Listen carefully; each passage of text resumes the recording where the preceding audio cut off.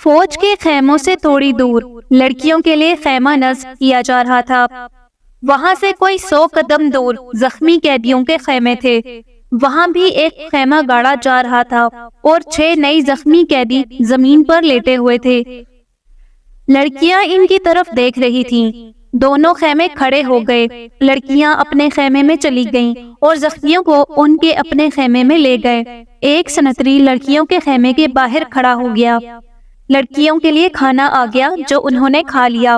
پھر ایک لڑکی خیمے سے نکل کر اس خیمے کی طرف دیکھنے لگی جس میں نئے 6 زخمی قیدیوں کو لے گئے تھے۔ اس کے چہرے پر اب گھبراہٹ اور خوف کا کوئی تاثر نہیں تھا۔ سنتری نے اسے دیکھا اور اس نے سنتری کو دیکھا۔ لڑکی نے مسکرا کر اشارہ کیا کہ وہ زخمیوں کے خیمے کی طرف جانا چاہتی ہے۔ سنتری نے سر ہلا کر اسے روک دیا۔ لڑکیوں کو خیمے سے دور جانے یا کسی سے ملنے کی اجازت نہیں تھی۔ لڑکیوں اور 6 زخمیوں کے خیمے کے درمیان بہت سے درخت تھے۔ بائیں طرف مٹی کا ایک ٹیلا تھا جس پر جھاڑیاں تھیں۔ سورج غروب ہو گیا، پھر رات تاریک ہونے لگی۔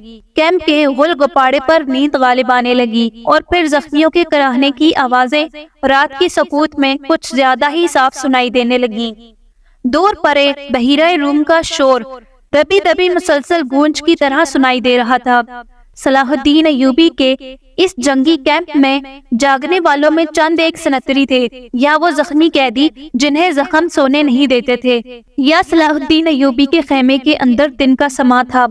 وہاں کسی کو نیند نہیں آئی تھی۔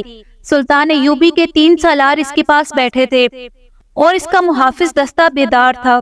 سلطان ایوبی نے ایک بار پھر کہا، علی بن سفیان ابھی تک نہیں آیا۔ اس کے لہجے میں تشویش تھی۔ اس نے کہا، اس کا قاصد بھی نہیں آیا۔ اگر کوئی گڑبڑ ہوتی تو اطلاع آ چکی ہوتی۔ ایک سالار نے کہا، معلوم ہوتا ہے وہاں سب ٹھیک ہے۔ امید تو یہی رکھنی چاہیے۔ صلاح الدین ایوبی نے کہا، لیکن 50,000 کے لشکر نے بغاوت کر دی تو سنبھالنا مشکل ہو جائے گا۔ وہاں ہماری نفری 1,500 سوار اور 2,700 پیادہ ہے۔ ان کے مقابلے میں سوڈانی بہتر اور تجربہ کار عسکری ہیں اور تعداد میں بہت زیادہ ہے۔ ناجی اور اس کے سازشی ٹولے کے خاتمے کے بعد بغاوت ممکن نظر نہیں آتی۔ ایک اور سالار نے کہا، قیادت کے بغیر سپاہی بغاوت نہیں کریں گے، پیش بندی ضروری ہے۔ صلاح الدین ایوبی نے کہا، لیکن علی آ جائے تو پتہ چلے گا کہ پیش بندی کس قسم کی جائے۔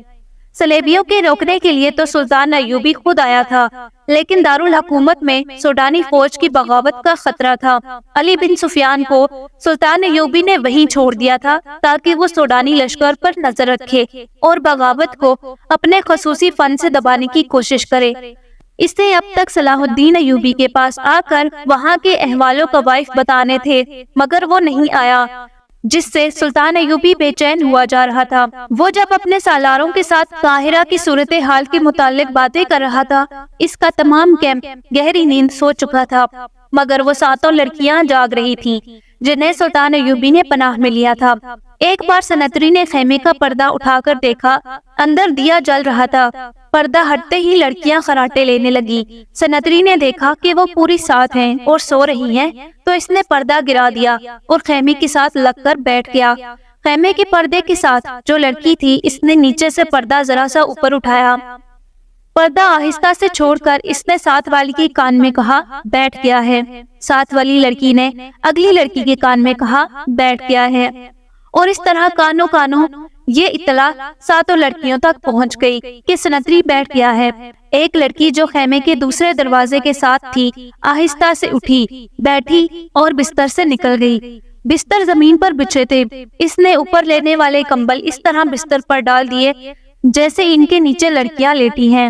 وہ پاؤں پر سرکتی خیمے کے دروازے تک گئی، پردہ ہٹایا اور باہر نکل گئی۔ باقی 6 لڑکیوں نے آہستہ آہستہ خراٹے لینے شروع کر دیے۔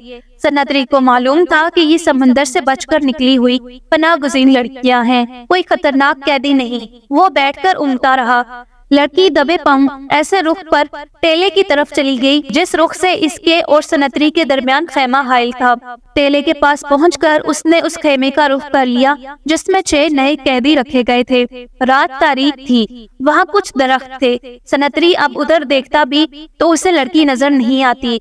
लड़की बैठ गई और पाँव पर सिरक सिरक कर आगे बढ़ने लगी। आगे रेत की ढेरियां थी।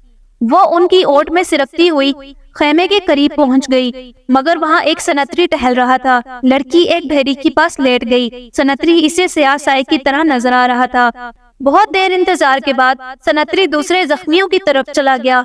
लड़की हाथों और घुटनों के बल चलती खेमे तक पहुंच गई और पर्दा उठाकर अंदर चली गई। अंदर अंधेरा था। 2-3 जख्मी आहिस्ता आहिस्ता कराह रहे थे। शायद इनमें से किसी ने खेमे का पर्दा उठता देख लिया था। इसने नखीफ आवाज में पूछा, कौन है? लड़की ने मुंह से शी की लंबी आवाज निकाली और सरगोशी में पूछा, रॉबिन कहाँ है? इसे जवाब मिला, उधर से तीसरा। लड़की ने तीसरे आदमी के पांव हिलाए तो आवाज आई, कौन है? लड़की ने जवाब दिया, मोबी। रॉबिन उठ बैठा, हाथ लंबे करके लड़की को बाजू से पकड़ा और इसे अपने बिस्तर में घसीट लिया। इसने लड़की को अपने साथ लगा लिया और कहा, मैं इस इत्तेफाक पर हैरान हो रहा हूँ कि हमारी मुलाकात हो गई। ये एक मौजज़ा है जिससे जाहिर होता है कि खुदाई यसू मसीह को हमारी कामयाबी मंजूर है। हमने बहुत बुरी शिकस्त खाई है, लेकिन ये सब धोखा था। ये वही जख्मी कैदी था जो दूसरों से अलग थलग और चेहरे मोहरे और जिस्म से मामूली सिपाही नहीं लगता था, बल्कि आला रुतबे का लगता था। सलाहुद्दीन अय्यूबी ने भी कहा था कि ये कोई मामूली सिपाही नहीं, इस पर नजर रखना। अली बिन सुफियान इससे तफ्तीश और तहकीकात करेगा। तुम कितने कुछ जख्मी हो? लड़की ने इससे पूछा। कोई हड्डी तो नहीं टूटी? मैं बिल्कुल ठीक हूँ, रॉबिन ने जवाब दिया। खराश तक नहीं आई। इन्हें बताया है कि अंदर की चोटें हैं और सीने के अंदर शदीद दर्द है, लेकिन मैं बिल्कुल तंदुरुस्त हूँ। फिर यहाँ क्यों आ गए? लड़की ने पूछा। मैंने बहुत कोशिश की कि मिस्र में दाखिल हो जाऊं और सूडानी लश्कर तक पहुंच सकूं, लेकिन हर तरफ इस्लामी फौज फैली हुई है, कोई रास्ता नहीं मिला। इन 5 जख्मियों को इकट्ठा किया और इनके साथ जख्मी बनकर यहाँ आ गया। अब फरार की कोशिश करूंगा, जो अभी मुमकिन नहीं नजर आती। इसने जरा गुस्से से कहा, मुझे 2 सवालों का जवाब दो। अय्यूबी को मैंने जिंदा देखा है। क्यों? क्या तीर खत्म हो गए थे या वो हरामखोर बुज़दिल हो गए हैं? और दूसरा सवाल ये कि तुम साथ की साथ लड़कियां मुसलमान की कैद में क्यों आ गई? क्या वो 5 मर गए या भाग गए? वो जिंदा है, रॉबिन, मोबी ने कहा। तुम कहते हो कि खुदाई यसू मसीह को हमारी कामयाबी मंजूर है, लेकिन मैं कहती हूँ कि हमारा खुदा हमें किसी गुनाह की सजा दे रहा है। सलाहुद्दीन अय्यूबी इसलिए जिंदा है कि तीर इसके पाँव के दरमियान रेत में लगा था। क्या तीर किसी लड़की ने चलाया था? रॉबिन ने पूछा। क्रिस्टोफर कहाँ है? इसी ने चलाया था, मगर क्रिस्टोफर का तीर खता गया? रॉबिन ने हैरत से तड़प कर पूछा। वो क्रिस्टोफर जिसकी तीर अंदाजी ने शो अगस्टस को हैरान कर दिया और इसने जाती तलवार इनाम में ली थी। यहाँ आकर इसका निशाना इतना चौंक गया कि 6 फुट लंबा और 3 फीट चौड़ा सलाहुद्दीन इसके तीर से बच गया। बदबख्त के हाथ डर से कांप गए होंगे। फासला ज्यादा था, मोबी ने कहा, और क्रिस्टोफर कहता था कि तीर कमान से निकलने ही लगा था कि खुली हुई आंख में मच्छर पड़ गया।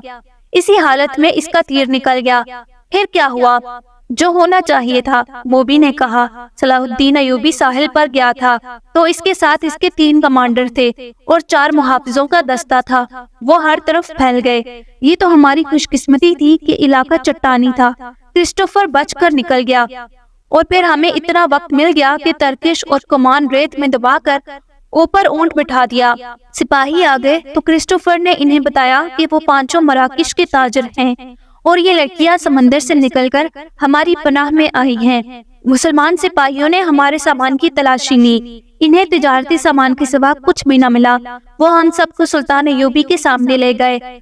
हमने ये जाहिर किया कि हम सिसिली की जुबान के सिवा कोई और जुबान नहीं जानते। क्रिस्टोफर ने अय्यूबी से कहा कि वो हमारी जुबान जानता है।